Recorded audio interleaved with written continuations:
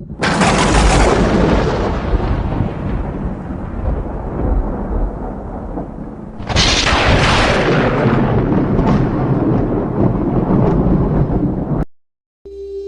maktada Line Thok Story Channel na miyambu ikokno na kurumjari ngasi amuk puduna lakli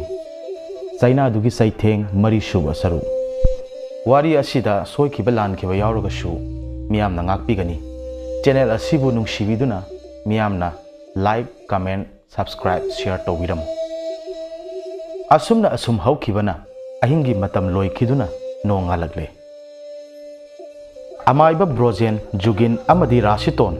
Mangonda Famduna Sa Thagli Rasitona Oza Amaiba Kamdaure Amaiba Brojena Ibema Loire Thaba Aikoi Nangam Labanine Huzikti Kaishu Waru Nanu Ado Jugin Nangi Namanaba Oiramehe Juginna Oza Kanabu Oirabazano Imanaba Haishibo Amaiba Brojeda Pau Tara Ani Koiraroi Oza Aidine Housing Mapu Kanging Leda Rasitondi Kalak Pen Credako Oza Kayam Pibam Tina Ot Kragene Oza Amaiba Brojena Tha Amanidi Hawat Kani Tazadrehe Nungai Credako Pen Credako Oza Ngalairuge Saraga Hanbiro Peman Krenga Sidi Ozabu Supunsigi Kauzaro Pare Pare Isa Singna Haraubase Asin Hen Pele Ozadi Rasiton Chak Thong Lukugi Haidam Duna Chankre Zugin Su Nungaina Isai Ngangang Dana Ngali Vasatkre Nakal Ama Rom Dana Ive Hivi Ngasidi Kaithin Karu Kige Masa Nupada Yumdagi Chathoklam Ganu Haidam Duna Ive Hivi Kaithin Tamda Chatkre Ningthem Dong Cha ising thong na bakan honari Mapandagi khoidumna Itaw tabro Amta thok o Ningthem chak thonglambadagi mapanda thoglai itaw kaino kok changlo yadro Amuk kaw leidu sarpudia khoidumna itaw Ningthem Itaw am thoigi mapado hauzik phamsina duna leihore ngasi hayeng khangdri hai amukta chalusi lao Kaino hai shibo Hoi ta ai chakse amta yaram khige aduga chalase khara thur o Ningthemna thapak loisillam laga wangthoi hoida khoidum amadi Ningthem chelak tuna lakpana haujikti wangthoi hoida yawrakle wangthoina mapabu konduna lairambadagi Ningthem khoidum ubada chensillaktuna kappi Ningthemna itaw kashu tawroi kashu khaluranu Se, adumaina pukning sonta gada banate. Ibuhal, amaibi kaminina kanna laknari. Pagalakpagi mamidi udri. Banushu mapuroi bagi. Makhong konduna susut kapli. Ibuhal taseng na fibam amadi soklabani. Masamang na sana kibal laiduna. Hanjinduna masada chaitheng pirakpani. Haujikti wakhan tadraduna lairibani. Amaibi kaminina kanna hotnabadagi. Hidak lang thak kaya suduna pitak padagi ibuhal sor chauna walambado taptharai ngai hak leiraga ibuhal do gyan tarak lami ibuhal masado lenglak pada wangthoina chenchin duna baba hogolose baba asumna mapabu hogolo haiduna kauri ibuhal do tapna kumlai masada ibungo ipa kashu taude Asi haiduna Ibohaldo Awatuna Pamduna Lady Mapagi wadu tabada Wangthoi amadi Banu Kapchari Amaibi kaminina Ibohal Nang sibo kamaina nune Onthok na thazakidreda inedi Nangbo kanadagi tamluba noba Ibungo Laisana bahaibase Taraiba nateko Ngasi nasana kiba Laiduna nangbu Masigi pibamse holibani ko Ibungo seksilu ko Inena ne Nangbu matam chana thengaramdrabadi Nang kari oiramgani Matung tawganu ko Asugumba thabakse Ibohalna Hoi ine Naya matung tawdana bakhona zage Ibohal Kaishu laitana Ma mangaire khanduna Hanthana Ngangbi kibi Amaibi kamini कामिनीगी मखोंग दा तूरे दो ngasidi wafam sing adu tabada bhanu nahandagi chingdaramba khuding chumle khalladuna tasengna mapuroiba ibuhalbu warokre ningthem amadi khoidumsu wangthoigi mapana kaisu tawdrabaduda wangthoida chatlagi hairamduna thongal tamna chatkre asumna sum lakpana lambida liklai amadi piainu thengnare ningthemna piainu liklai noi ani di kai chaluriba liklaina ta ningthem ai khoi phi thin ba chalubane ningthemna o fore ado noi ani da kanom ta haige dana hoi hayo ta ningthem thadosna do hore nungdang wairam khulgi pukri achobado aduda amta thogu o namta haibiramuwa hoi haibiramge ta ningthem asi haina duna makhoi sing adu magi mayum tamna chanaki nakal amaromdana thadosana amadi mama rashitonga loina duna amaiba brojen amadi mapuroiba jugin chak pizana honari haujikti amaiba brojen shu chak chaba tokladuna mayumda chatnaba tawri jugin amadi rasitona tare senja kaya ama katuna amaiba brojen bu tindogli asumna amaiba brojen mayum maikai pangkhre asumna sum haukibana hujikti nungdang waramgi matam yausilagli ningthem amadi koklei ga loina duna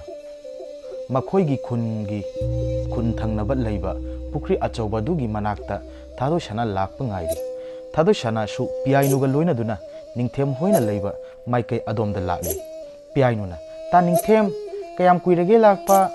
ningthemna kuidrida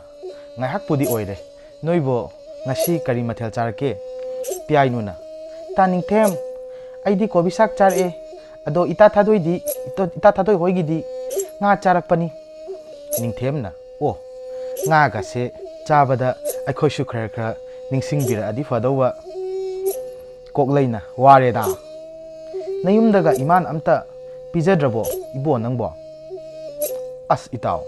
nang sidiba chai kaidorage sum nungsidana fagi dawani thadosana na oina duna asumna khumlai ta ningthem aina khaglamiye ta ningthem gi saruksu ningthemna yareda fagi dawani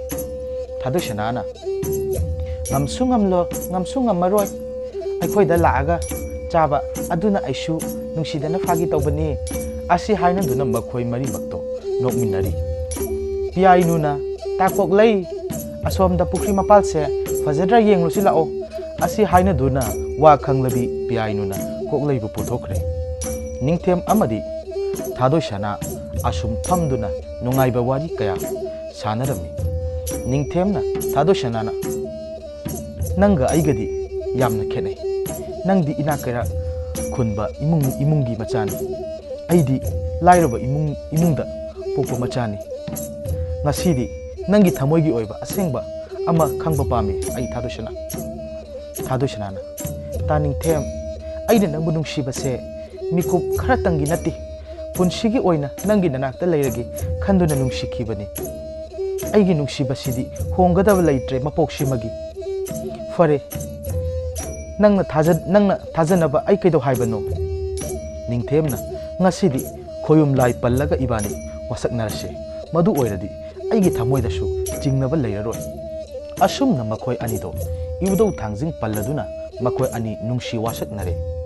kokleina noigi sibo wari loidribro itaw waribu adu kuina sanabraba asi hayoduna makhoi mari adu magi mayum maikai pangna chatnarage haiduna chatnakre asumna asum haukibana tha anigi matung ibohalsu naba foraduna haugat kankhatpa ngamle wangthoina mapabu matam pungnamakta senaduna ngasigi mapagi fibamse yauraklibani bhanusu mahakki mapuroibada sauramba kayasu saukidre ibohalsu mahakki fataba kaya adu thadoktuna mahakki matu machaga nungsinana hingminnari nakal amaromdana ningthem amadi thadosana nongmagi nungsinaba asum helagi nongmata uhaudradi leiba ngamna khide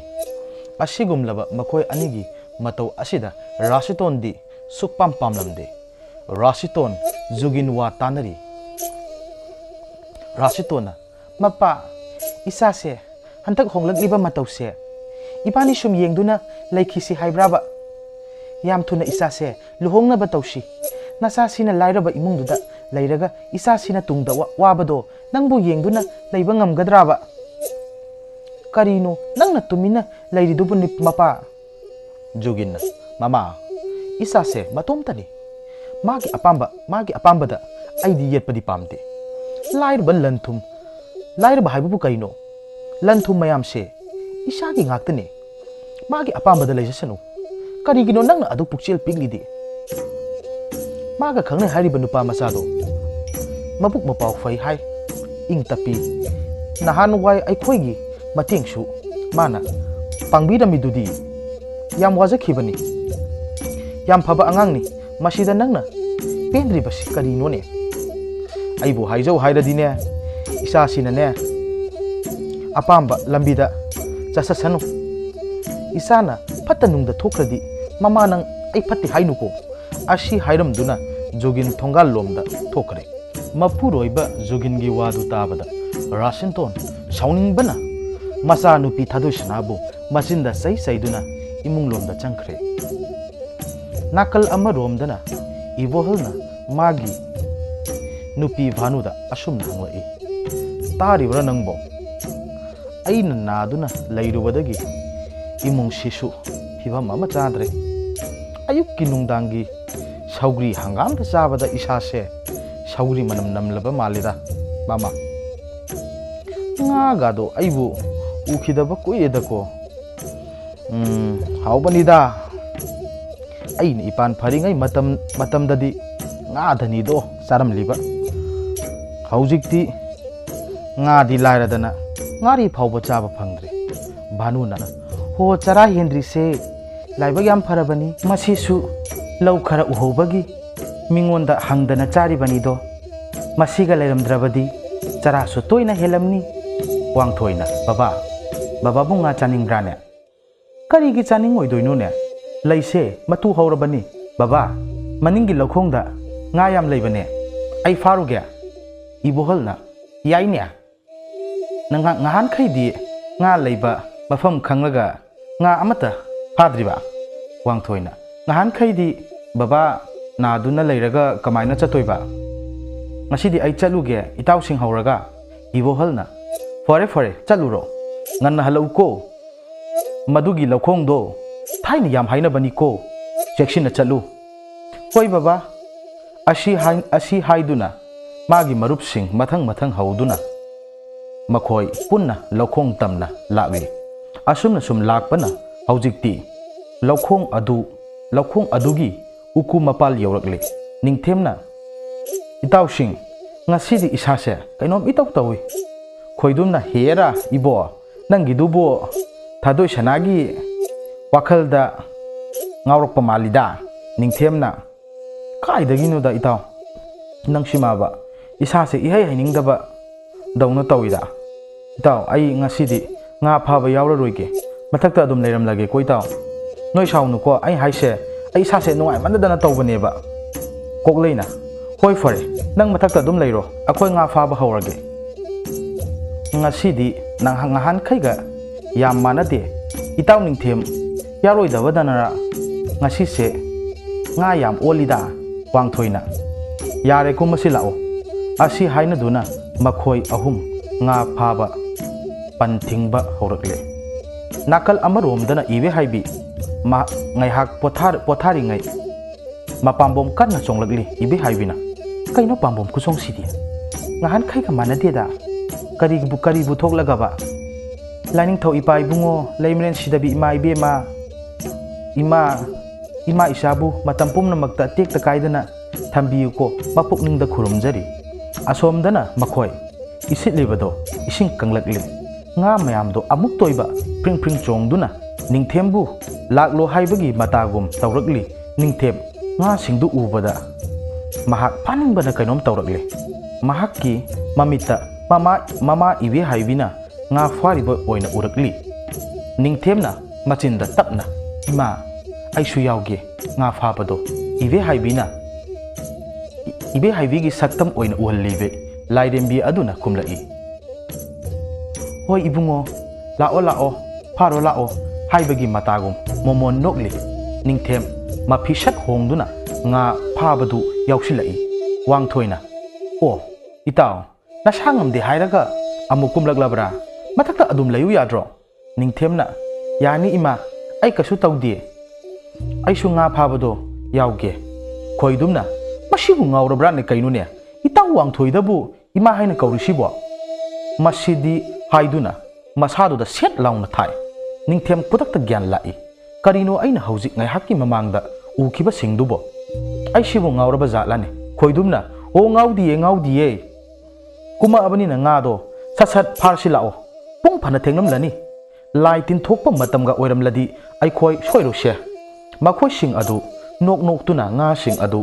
phabada phana yamle nga pema ngamu phabonga ngaktani makhoina phariba sing makhoi marima kakhallaktuna khong nakal amada makhong makhut sing adu hamdok tuna mayum maikai tamna chatna khre tasengna makhoina khangdabagi wani ngasi ningthemda oknariba ase haureima sampubi imani nakal amaromdana rasiton mapuroiba juginda ngangang duna leiri masagi apamba ta tawhalli haiduna juginna mama nang khit henmalabani kitang su thamoido chawthok patamu kaidobage rasitona o ai khoidi chawthok paga ngamlaroi aina isase haiba lakliba mayam sidagi afaba sel thum paiba ama khallaga yam thuna luhongdaba yararoi mama mado taba yaba wa oideko isa sina mamitagi mapi taduna laikhibaduro nang pamliba se nipa nang ngawre dana nang ngawre ba nipa na haiba indabi isa sigi sarauda nang sungawra ba natro amukta munna khanduni yengu nungsibana saka tolaga saba yabara jugina o nazanu pidi tot kani haibani asu khaluranu nang rasiton mapuroiba jugingi wadu tabada sauningbana loirabani rasiton phare nakhoi napana sana adu yaurabanina rasiton aina ngambasu yengnaba taredana jugin magi nupi tasengna saure khangladuna noklamba maithong hanjin khiduna tumina laikre rasiton imungda prap changduna mafi loshinduna thongal tamna thoklai juginna ngai khomama karaidano chatlibadubo rasiton tadi gam thokhiduna khunjaw tamna chatkre thadosana mamagi wakalon khanglabada tasengna thamoi kaide sut kapli juginna kapkanuse apang bisidi ipa leiri basidi thadosana mapungning nungsirak mapabu konduna kapchari joginsu masabu nungsina konduna thembiri asum haukhibana nungdangi matam yausilakli ive haibi henjang kanna semli ningthemna ima ainga isa se kainom itau tawi mamana isadi kari tawriba thoibi lainaro isagi sibo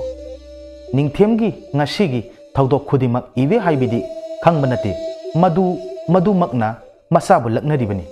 ningthemna ima aina haise phagi nateba aina hankhaiga nahankhai tawdaba mawong ama tawdawi isase lai hobagum tawe ive haibina ngasai noi natau singa nga pharu baduda tawriba oiramgani kasu khanjalurunu ningthem ngasai ukhiba mayamdo khangning ningsinglai aina ngasai aikhoi na nga phaba chatlubado aduda ima su nga pharaga leirame aisu phagena tawrubane itaw khoidomna khupakna tharakpadagi ai gyan tarakpane ibe haibina macha nupada ibungo nakhoina nga phariba mafamdo karaidano kupna hangli ningthem su loina haire mamado matha sare aduga masada ibungo nang na changluriba mafamdudi ima ibema haurema sampubi sathokphamni hayeng hek nongan baga ima amaibi kamini manakta chatlagane lai amatang khuramdradi phatanungda thokpa yai aduna nongan baga chatlage ningthem su hoi haiduna khumi ive haibi chak losilukige ngasidi imaga tumlase lao imaga chak loisilurase ningthemna ima ai potha horage isase laihausu yam haura'e machana adumna hairakpaduda ibe haibina fare fare ima khoju laikham thabirake haiduna chakhumda changladuna khoju laikhamdo machagi kada thabirami adumna hek tawbaga ningthemdo laihaudo kharadi phaboi khalli ibe haibina chak loshinnaba changkhre sakhumda asumna asum haukhibana nongal lamdai matamni thadoshanagi mangda ningthem sibagini haiduna sorat solibado ubada thamoi sokna kapli tasengna thamoi sokhibana taibang fauna kablai rasitona masabu masa nomduna haudukli phanna kana hauduklabagi tungda thadoshana mikap thoklakli rasitona idema kari manglurabano isabo thadoshana mamana yade khangduna mamada kashu haidokti kashu mangde da ima asumna khomi rasitona se ima manam nambige patharo asumna ngai hak masabu tumba themlaba matung thadoshana tungkhre rasiton su adumak tumthakre haujikti nongsu ngalagle ive haibi masabu haudokle ningthem tapna mamit panglai ningthem do hawalakpaga masado hena nungaitre ibe haibina ibungo nasa nau sengdoklamu ima ising thambiram labani ibe haibido amaibi kamini kauba satkre asumna lakpana amaibi kamini gi mayumda yauredo sumangda lepladuna amaibi kamini kaurakli hanjin kaurabagi tungda amaibi kamini gi masa ningol thoklaktuna ine kai leirage mangol sida kakhalao imadi iruzakhibane ai kauthorake ngai hakta phambiramuko ine amaibi kamini do masa nupina kaurabagi tungda amaibi kamini mapanda thoklaktuna mapalda phamlibi ibe haibida asumna hanglai bema kari leire kari tanasige ibe haibina ima nasu nupado makhoi mamanaba singa nga phaba chatminarubani lai oknaribra kaino masado ngamdaduna leihori amaibi kamini na bema ai senga sidi lakpa ngamgadaba mandre ai anaba ama yengba chatke haiduna ne tawramlibani warasu wana ne noi hayeng phawpatang ngairo ko ibe haibina kanna haijarai ima ngarang dagini isado kanna niklibase ai khoidi imada natana kanada haijaruni yaradi hakta lakpira uba ima amukti yengbiramuba adumna kanna hairakpaduda amaibi kamini to laithokpa ngamdraduna fare ibema ai ngai hak laklamlage asi hainaduna makhoi animak ibe haibigi yum tamna lakle ibe haibina amaibi kamini bu phamhallamlaba tungda masabu kaurai ibungo tabro ima kamini lagli amukta thoklo ningthemdo mamana kaubodo taraduna mapalda haupi ama induna tholai amaibi kamini na ningthemgi podang mihul paiduna yengli amaibi kamini masidi